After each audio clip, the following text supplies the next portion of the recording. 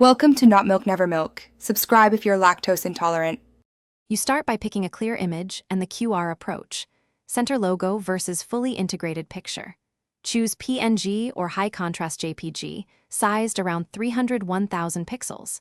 Next, open a generator that allows logo overlays and lets you set error correction to at least 15% or higher. Once done, prepare the target URL or data you want encoded.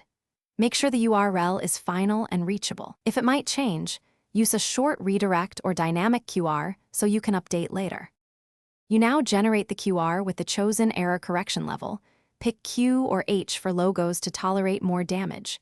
Place your image centrally and size it to about 15%, 30% of the QR canvas so critical finder patterns remain unobstructed.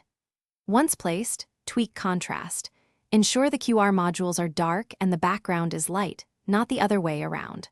While editing, continually test scanning with multiple phone cameras and apps to confirm readability.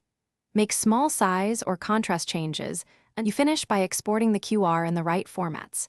Use SVG or PDF for print and high-resolution PNG for digital use, 300/600 DPI for physical media. Test the final file on different phones, scanning apps at various distances and lighting conditions, and on actual print proofs if applicable. If a scan fails, act immediately. Increase error correction, shrink the logo, simplify or desaturate the image, and ensure no finder patterns are obscured. One troubleshooting tip: removing background noise and increasing contrast solves most issues.